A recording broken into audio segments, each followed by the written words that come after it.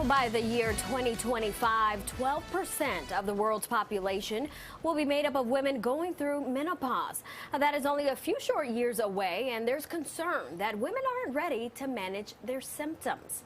Thank you for staying with us. I'm Erin LeBeau. And I'm Shirley Chan in for Tamsin tonight. Now, most people can name a few symptoms of menopause, but there are dozens of different ones, and sometimes they can be mistaken for other issues as well. Yeah, so joining us now to break it all down for us is women's health specialist Dr. Kavita Desai. Thank you for joining us. Thank you so much for having me. All right, so doctor, we know that most people know women go through menopause, but they may not understand why or what exactly is happening. Can you break it down for us? Yeah, so essentially, as we age, our body naturally stops producing all the hormones that we need. So for women, that happens to be testosterone, progesterone, and estrogen. Testosterone is usually the first one that starts diminishing, followed by estrogen and then progesterone. And that can lead to a variety of symptoms in many women. All right, let's talk about some of the symptoms. Obviously, hot flashes is the one that everybody talks about. That's the one that people point to the most. But there's more to it than that. Can you explain some of the other symptoms that women might not be aware of? Yeah, I think we don't associate menopause with many of the symptoms that we start to feel as we hit our perimenopausal years. And it can range from hair loss and weight gain to disturbed sleep. Many women have a hard time falling asleep or staying asleep, brain fog, gut issues, joint pain, muscle pain. The list is quite endless, and we haven't been addressing it as a full syndrome to date. So it's great that we're finally starting to shed some light on some of the symptoms that women experience.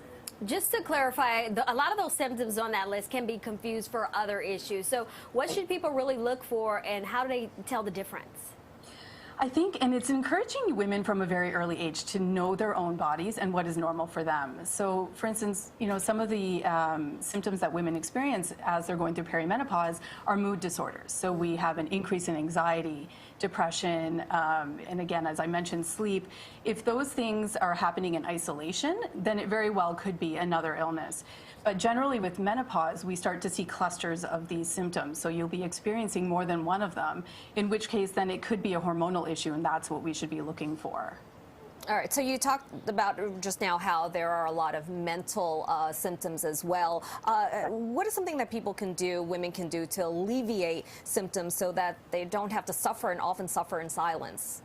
So one of the mainstays of treatment is replacing some of our hormones. So you can do bioidentical hormone replacement, and you can have your blood levels done, and then it's adjusted based on your lowering of hormones. So whether it's your estrogen or progesterone, they can dose it accordingly.